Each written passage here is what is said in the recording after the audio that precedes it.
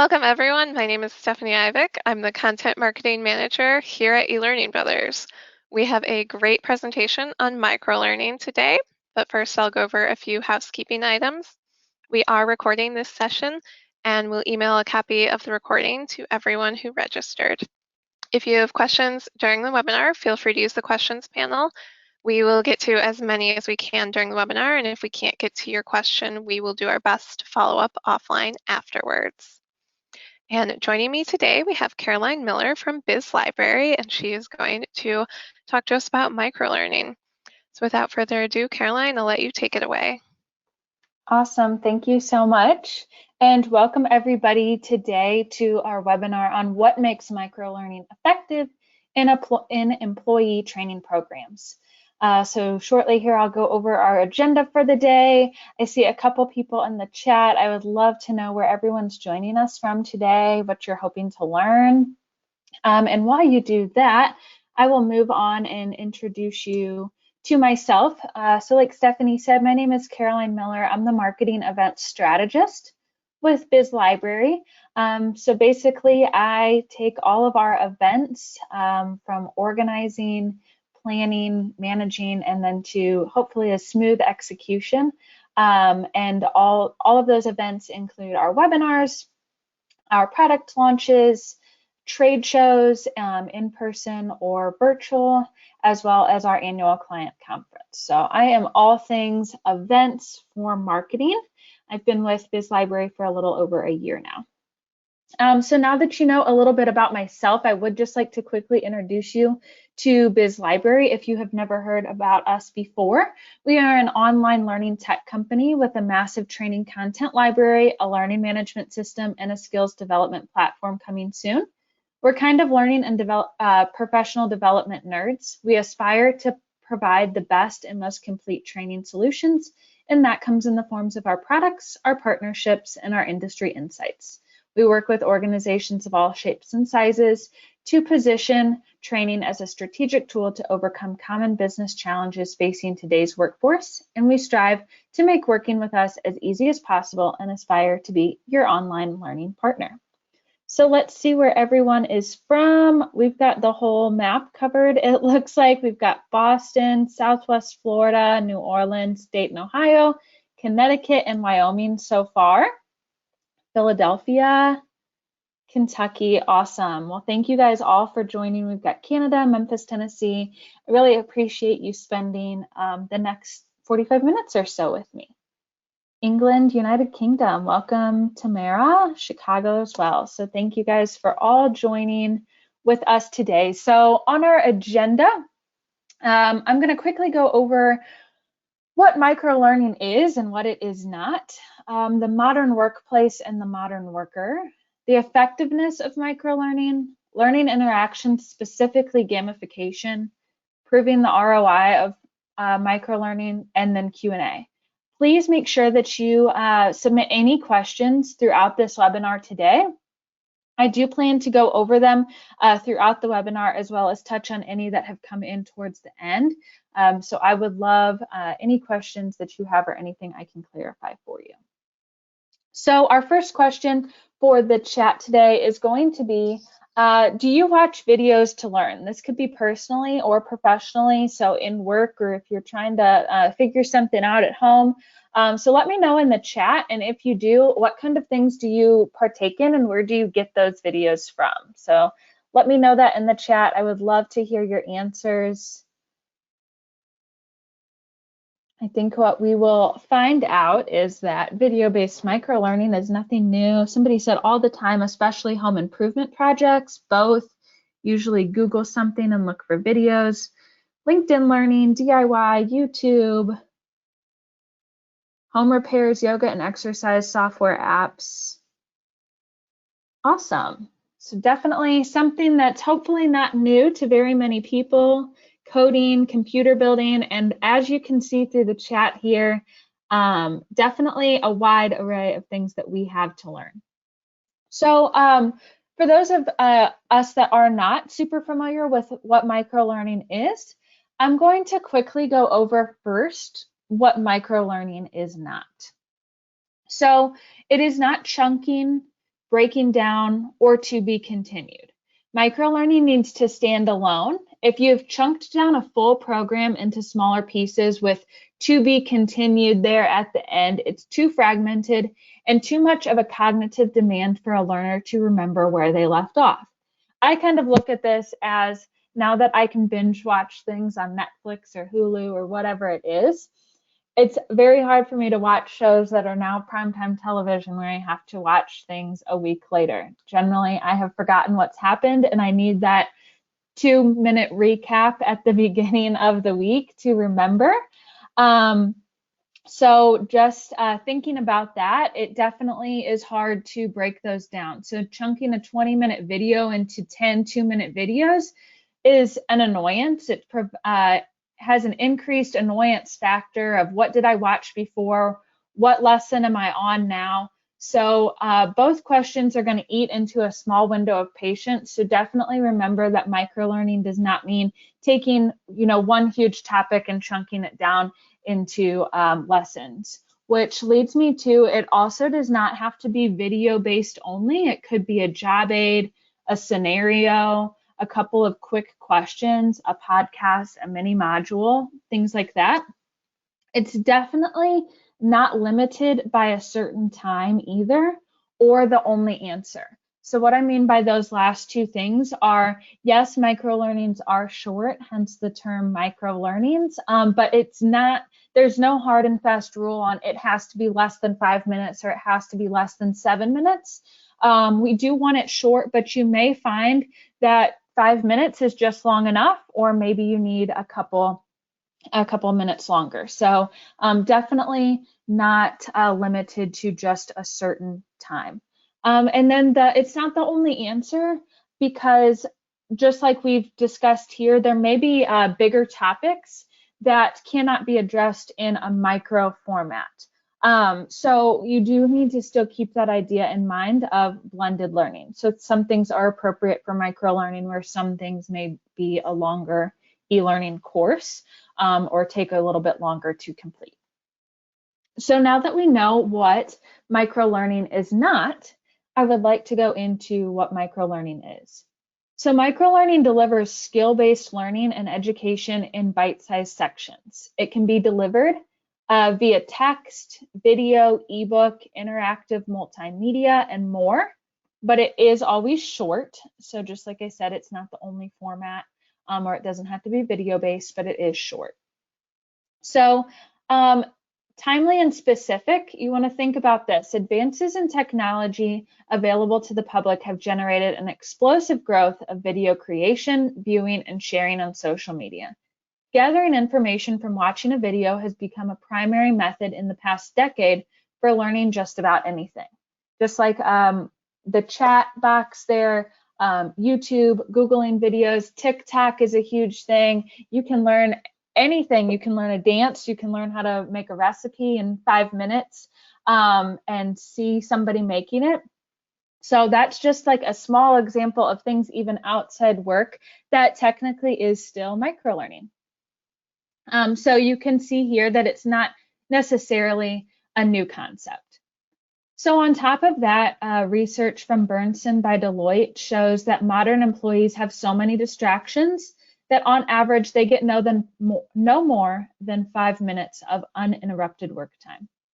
So the microlearning format fits perfectly into the needs of contemporary workplaces, as short videos can be accessed for learning on the job, and they allow employees to engage in the subject without having to constantly navigate away from it.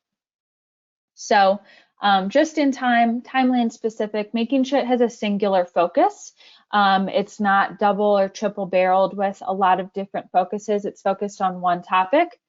It's applicable to things that are going on. A lot of times people, just like you guys said in the chats, you go and look for a microlearning video when you want to know how to do something, whether it's you want to know how to, I don't know, stop your toilet from overflowing, or you want to learn how to change the brakes on your car, or you want to learn how to format an Excel sheet. Most of the time it's just in time or it's applicable learning that you need, which leads into making sure it's accessible, making sure it's available on multiple platforms, cellular devices, as well as computers, tablets, things like that, and that it's not buried. You don't have to go through your company intranet, jumping through hoops to find it. It's pretty easily accessible. So from there, I would love to talk about quickly some things that microlearning can cover. So while technically microlearning can cover a broad range of topics, just like those how-to videos on YouTube, for training purposes, there are several important topics that can be delivered in a micro video format. So I have a couple of those examples here on the screen. First one in the top left, anti-harassment is a great topic for microlearnings. There are many ways that harassment can present itself in the workplace, from bullying to discrimination, sexual harassment, and you and your employees should know how to see it and what to do if it happens. So with a more thorough understanding of workplace harassment through easily digestible lessons, you and your employees are better equipped to help a victim, file a harassment complaint, and champion for additional training. So definitely a more heavy topic that is a little bit more easily digestible whenever it's broken down into smaller sections. And right under that would be ethics. And these are screenshots straight from BizLibrary's content. So ethics set the standard for codes of conduct that affect compliance with regulations and laws, and they also tie into moral codes of conduct that include honesty, compassion, and diversity. That means the best chance for an organization to have high levels of ethical behavior is to create an environment that supports and requires good ethics. So breaking down these issues can help a learner really understand what is ethical and what could be a violation of code of conduct. And to the right, we have workplace safety. So it's vital to know what hazards exist in your workplace and how important it is to use good safety practices. Accidents and injuries can happen anywhere, so making sure everyone is aware and following best practices will help to keep them safe.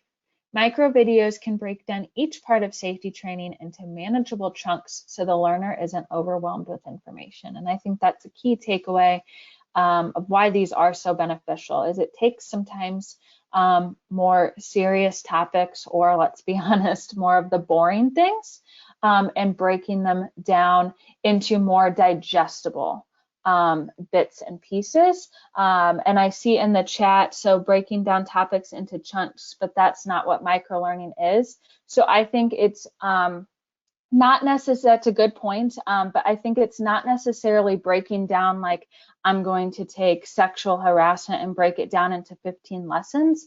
I think it's just breaking it down to kind of like the nitty gritty, getting down to the bones of it and not fluffing that scenario up into this huge lesson, but kind of getting down to the point and making it a little bit more digestible by putting it into a smaller format. So not necessarily having like 15 5-minute lessons on sexual harassment, but maybe just having one. And like I said, it's not time bearing, so maybe it's 10 minutes instead of 5. But just by breaking it down, and like we said with anti-harassment, we could have a video on discrimination. We could have one on sexual harassment instead of one huge one on the overarching topic. So I just think kind of breaking it down into those things, not necessarily chunking one topic out into multiple lessons.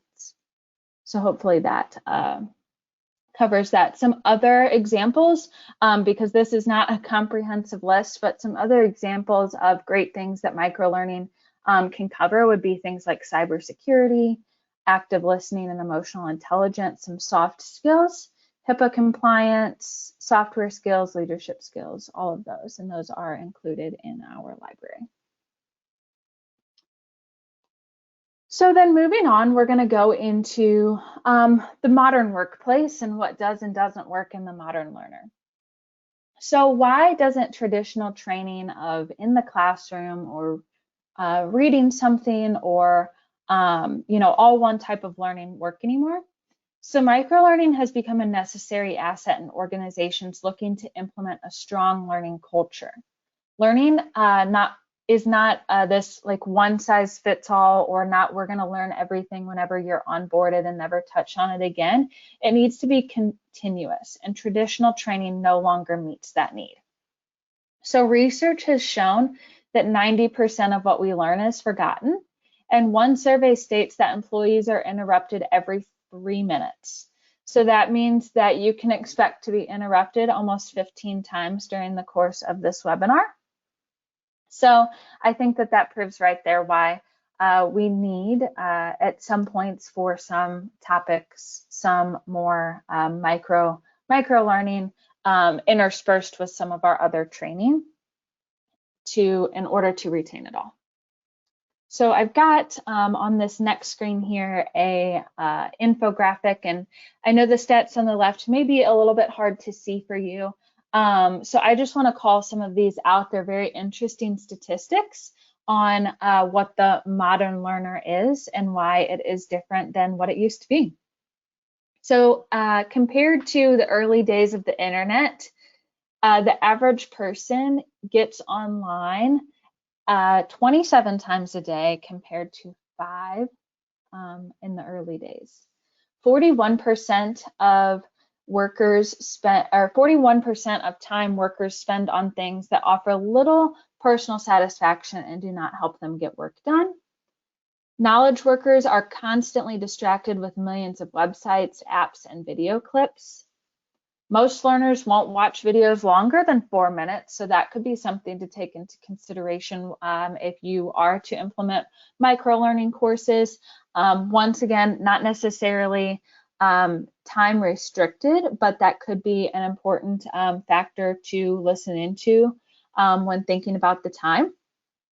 People unlock their smartphones up to 9 times every hour. I'm sure that we don't want to admit this, but if we really paid attention, that would apply to a lot of us here today. I know that it probably applies to myself, even though I don't really want to admit that. 2/3 of knowledge workers actually complain that they don't have time to do their job. And online designers now have between 5 and 10 seconds to grab someone's attention before they click away. We are so impatient and quick to move on.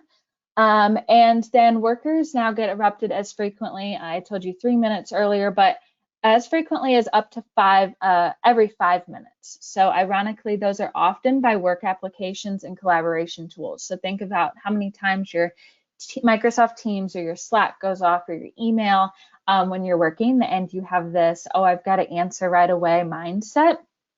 So you get distracted. So I think those are definitely ways on that are interesting about modern workforces and modern learners today, is that it definitely is not like what it used to be. We have so many distractions going on. We're overwhelmed, and we're definitely impatient. So flexibility is where it's at and where we need for learning. So moving on, this was the right side of the infographic, and just saying that the modern learner or learners receive information differently now. So 1% of a typical work week is all the employees have to focus on training and development. So these are some great ways. On demand is generally where that microlearning would come into play. So employees are accessing information and learning differently than they did even just a few years ago. I think that this is something big that COVID has changed, definitely something that we are talking about at Biz Library, is the fact that we may want a little bit more work-life balance, or the things that interest us before COVID, it may be different after COVID. People are turning to, even within our own companies, to the company intranet if you have one, or like us, we are lucky enough to be able to use our own learning management system and content at Biz Library. And even internally, we have seen a huge uptick in people watching videos that are not necessarily related to their job title or even to work, but to different things as people's interests shift, or people are changing jobs due to different interests or wanting more work-life balance.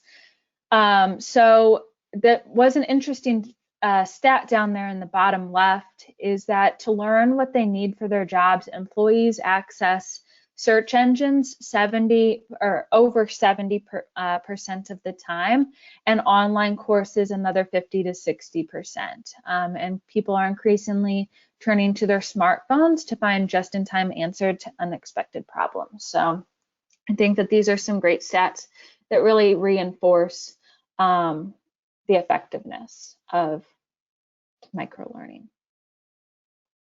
So moving on, why is it how has it changed? So I think, like I said, COVID's changed a lot of things, but I do like this quote that says, the only thing that is constant is change. New employees have grown up in a world of constant change. Gen Z and millennials, constantly changing. Technology has changed so much. So these are definitely things that affect this, as well as employees want to learn continuously and expect that their employers value and nurture their potential. We all have heard the statistics, I'm sure, about people that are going to leave because they don't see growth potential. So I think that's just another example of the constant change. And then a global, mobile, transient nature of this new workforce makes it easy for employees, once again, to jump ship to organizations, just like I was touching on before, that offer more development opportunities. So next, I'm going to go into how it can be more effective, and some data that BizLibrary has that shows this. So the data on the screen shows that employees see the highest value in training that's available in the moment of need. So just about a year or two ago, more than $370 billion had been spent globally on learning resources for companies. Worldwide, 71% of learning and development departments reported using in-house online training. And this number is just going to continue to grow. So 41% of companies said that they plan to invest even more in the future. And then in a study, Microlearning, the modernized education system, 81% of respondents said that microlearning is the best learning system for their working environment. So you can see kind of how effective it is. And then opposed to classroom training and long e-learning courses, microlearning's effectiveness is seen an increase right out of the gate through higher engagement, but also learning retention is required once people have engaged in this learning. So I do want to touch on learning retention real quick, and then I'm going to stop for questions after this. So make sure if you do have any questions to send those in, and Stephanie will be letting me know those so I can get you guys your answers. But before we do that, the forgetting curve. So according to the Ebbinghaus forgetting curve, humans tend to forget more than 50% of the information that they have received within 1 hour. And that number grows to 70% within 24 hours, which is just absolutely crazy. But this is where that microlearning comes in and helps boost retention by keeping information delivered in small doses, which avoids cognitive overload. Including reinforcement methods such as quizzes, supplemental materials, and follow-up questions can potentially boost long-term retention rates above 90%. And those are some things that are offered within BizLibrary throughout microlearning courses, is either questions in between or questions that are sent via email as follow-up. So definitely some amazing stats there, and because of all of the distractions that we have, we definitely forget things. So that microlearning can definitely help. But I would love to stop here for questions before we go into the second half of the presentation. Stephanie, do you have any? Sure. We've got one question. What are your thoughts on how microlearning could be a challenge or a benefit to HR issues of time worked equals time paid? Should they be paid for their training time? Do you think watching videos while they're working is a distraction? Um, that's a great question, first of all. I definitely do believe that employees should be paid for training, because especially whenever it is work related. So this big idea right now, post, I don't want to say post pandemic, but hopefully coming out of the pandemic is reskilling and upskilling and making sure that our employees have the skills needed to complete a job.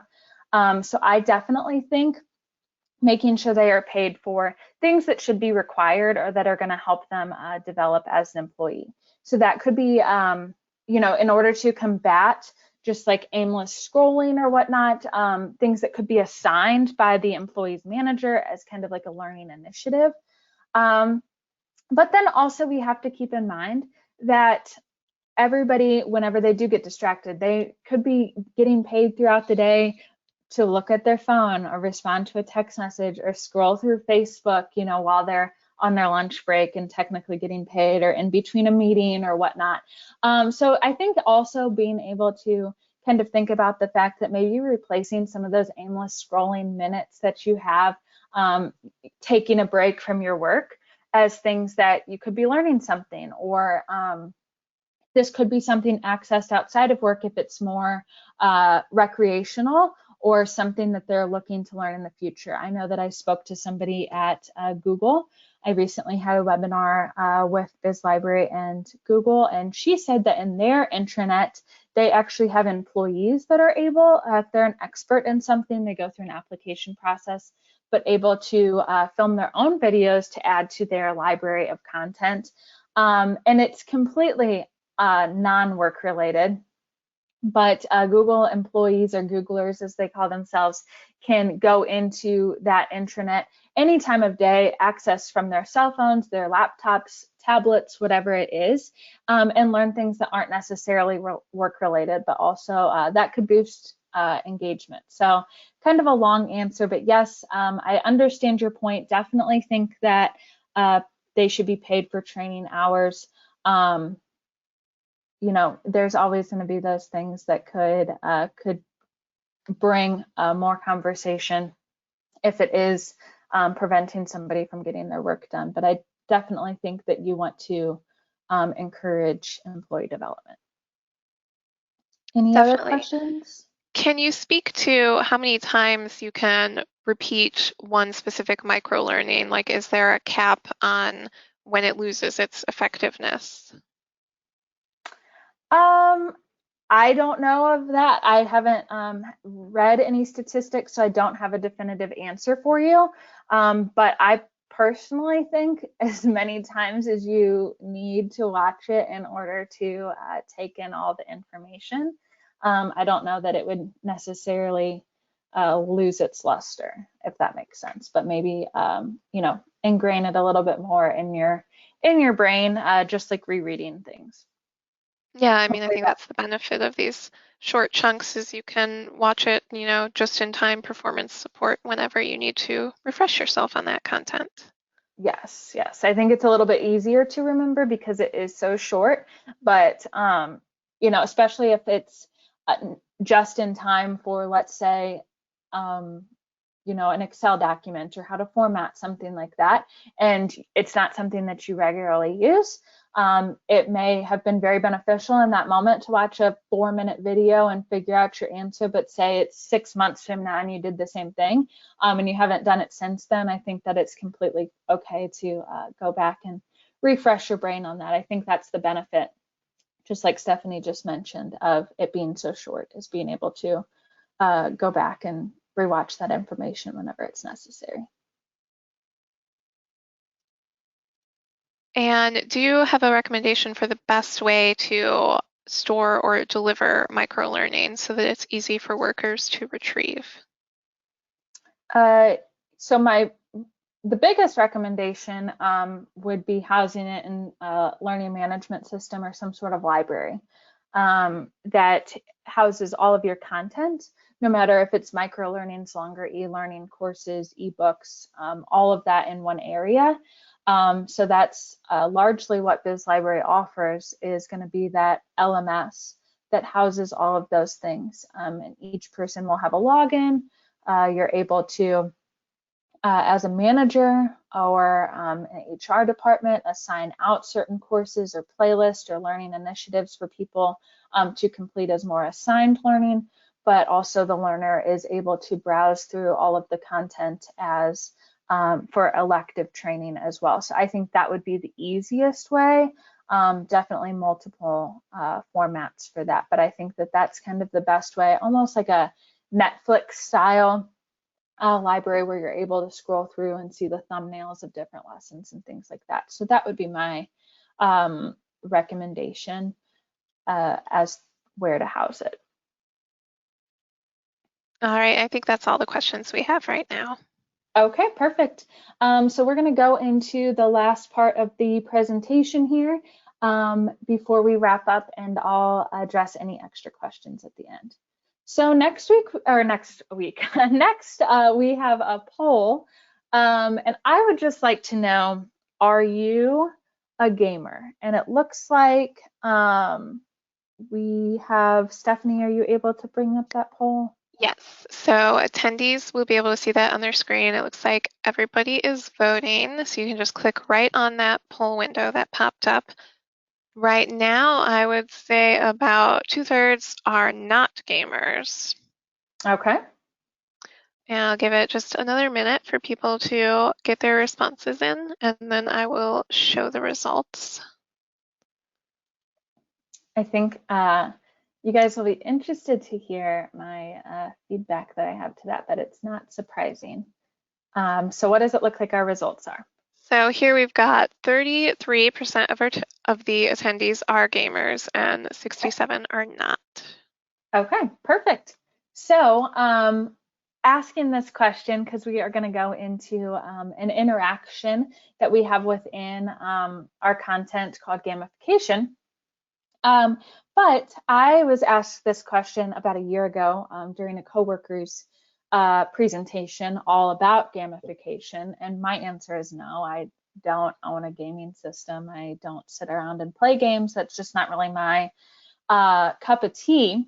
But I was shocked to say, after he explained it, that we are. There are things such as apps that like rewards apps. I mean, how many people this morning or in the last week have used the Starbucks app or have used the McDonald's app or any kind of app that allows you to, gain rewards or scan it for something or things like that? That is technically gamification. So I would love to see in the chat box if your answer to this question would change now that I have described it a little bit more, because it's definitely not what I would have thought of as being a gamer. But while you guys are doing that in the chat box, I'm going to kind of go into what gamifications are and how interactions, like these are beneficial to the modern learner. So according to a recent study, learners who were able to participate in learning games were 51% more motivated to engage with and complete training rather than learners without gamification. So BizLibrary's gamification feature is designed to increase utilization and engagement with training content through social learning principles such as achievement rewards, friendly competition, progress tracking towards goals, and entertaining. So do we have any answers of people that had changed after I explained what gamification could be? Yeah, we've got some people putting in the chat that they would change their answer, or things like they like to play games but not TV or computer games. They prefer card and board games, or the phone apps like Solitaire and that kind of stuff. Awesome. And yes, I definitely think like I said, my answer would definitely change.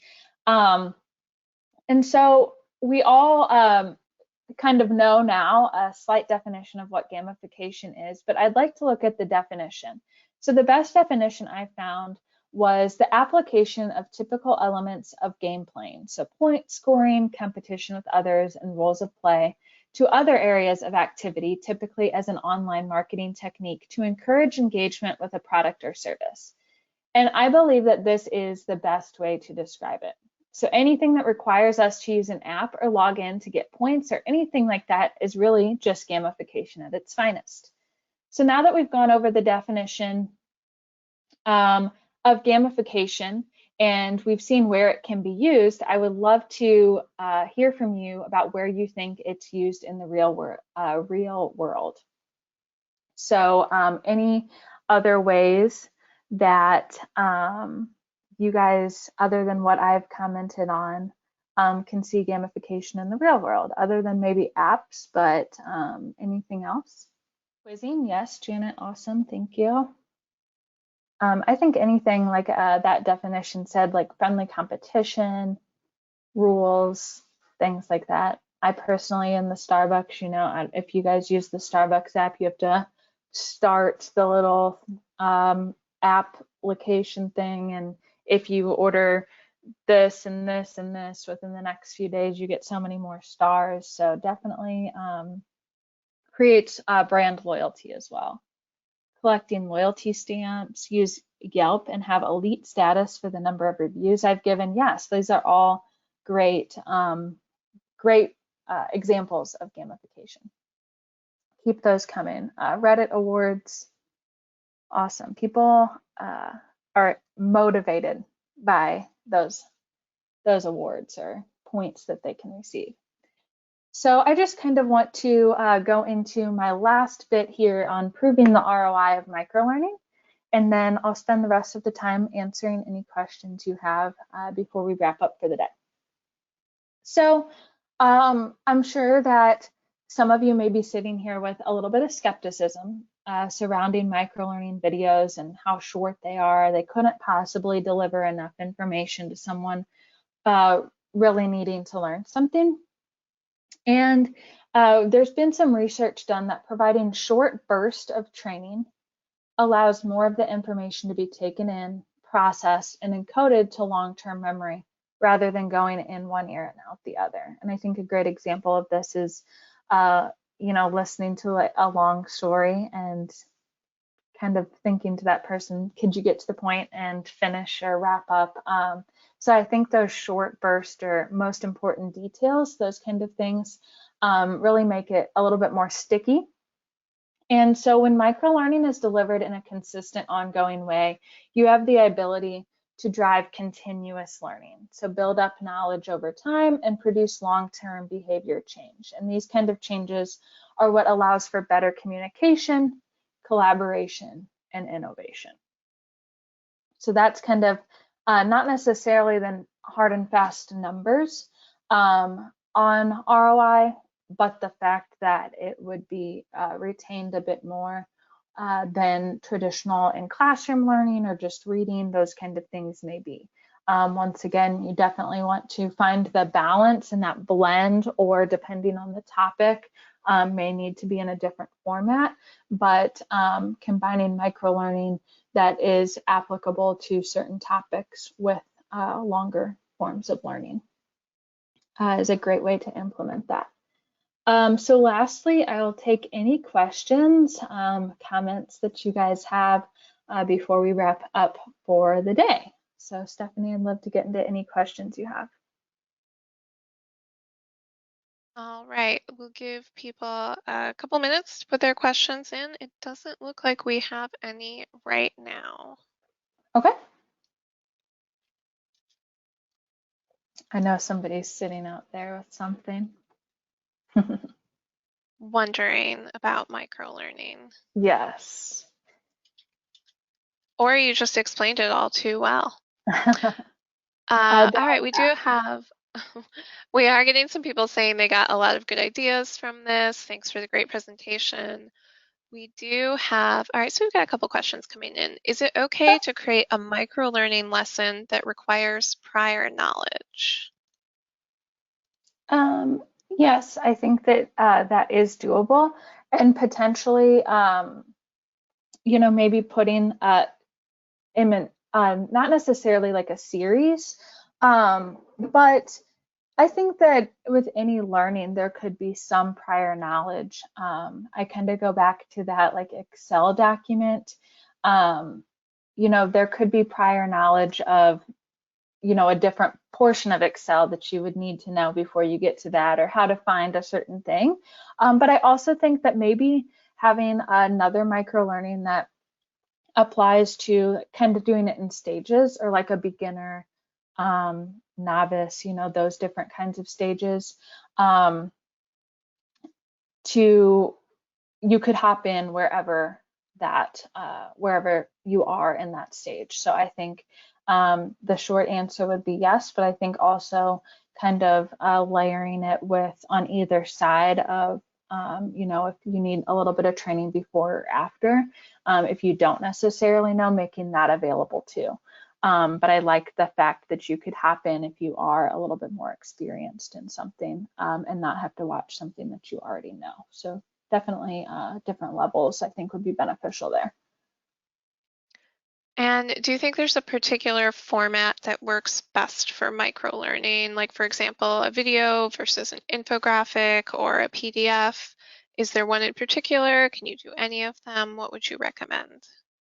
I think that any of them are beneficial just because of the way people learn differently. People may learn from reading, watching other people, listening, those kind of things. We at Biz Library do a ton of video lessons. That's just kind of our style, but we do supplement that with things like ebooks and infographics as well. So I think kind of the combination, but definitely video works as well too, because I think it's got a little bit of that visionary element as well as auditory as well. Would be my answer to that question. And then kind of segueing from that, if you are doing, for example, a video microlearning, what's the best way of assessing the learner and making sure that they're actually getting the information they need?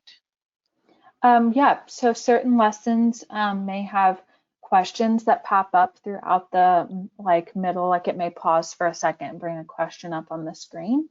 Um, you could set those up for your learners as well, making them required before moving on. I think making it where they have to get so many right before they can consider something completed. I know in our learning management system, if I complete something, it's got like a little filled in green circle if I've completed it, as well as the quiz that comes at the end, or if I'm only halfway there, it's only half full. So different requirements like that. Follow up, like boosters, if you wanted to send like an email with a question, if it's something that was assigned to multiple people, and have them answer it. Those are just some tips that I think could be beneficial for reinforcing. Awesome. And I think you mentioned this earlier, but could you just reiterate it? What would be a good length for the videos? Is there like an ideal duration for a microlearning video? Yeah, so there's a lot of mixed information on this. So I think anywhere like under 10, like let's say 10 to 12 minutes, anywhere under that I think is really beneficial. The average length of lessons within the Biz Library content is about 7 minutes. We found that to be a sweet spot. That Burnson and Deloitte infographic I shared with you said like 4 minutes. So I just think anywhere in that kind of time range, but once again, nothing is like, there's no hard and fast rule about it has to be under 5 or anything like that, but kind of taking those numbers into consideration, so that you're not bogging down the learner with too much information in one sitting, because I think we've all been in situations of learning or going through training and you're sitting there tired, wondering when you can get up, or it was too much information overload. So I think kind of taking all of that information into consideration, as well as the topic, if it's something that's a heavier topic or things like that, are all things that are all factors that could depend. Yeah, definitely. Very topic dependent. Mm-hmm. And then one last question. What do you think about microlearning and badging? Do you need to do badging? Is badging a nice to have? Can you do badging with other types of learning? Um, yes, so we do have badging as well at this library, and I will be honest, it's not something that I'm super familiar with, but I also think that it can kind of be related to gamification depending on the role. So it's not absolutely a necessity. I think it's a nice to have. Um, Kind of just like I said, relates back to gamification, getting people involved and excited about things. So definitely, if it's something that you have time to do, or if you think is beneficial in your organization or want to test out, I would definitely recommend it. So yeah, definitely a nice to have, not a necessity, but I wouldn't say don't do it either. So Yeah, I think badging can be fun. We do it in our community forums as well, and our training arcade product I think has badging as well. And it's one of those fun things to get people engaged, but it's probably not going to make or break your content, but it's yes, always great for learner engagement. yeah, Oh, we're just a clarification coming in. We're talking about badging, not batching. So like earning a badge when you finish a content and advance to the next level or something like that. I gotta work yes. on my enunciation. All right, so it looks like those are all the questions we have. This has been great. We're getting a lot of comments about how helpful this has been. Awesome. I am going to steal the screen sharing and show one last slide really quickly. As you learned, Caroline is from Biz Library, and we partner with them to have their courseware libraries integrated into the Rockstar Learning platform. So all of those microlearning courses that she shared earlier can be found in the Rockstar Learning platform. If you go to our website, you can actually get a free account of the Rockstar Learning platform to try it out and see how it would work for your learners. It's a really great option to deliver microlearning and other types of learning for your organization.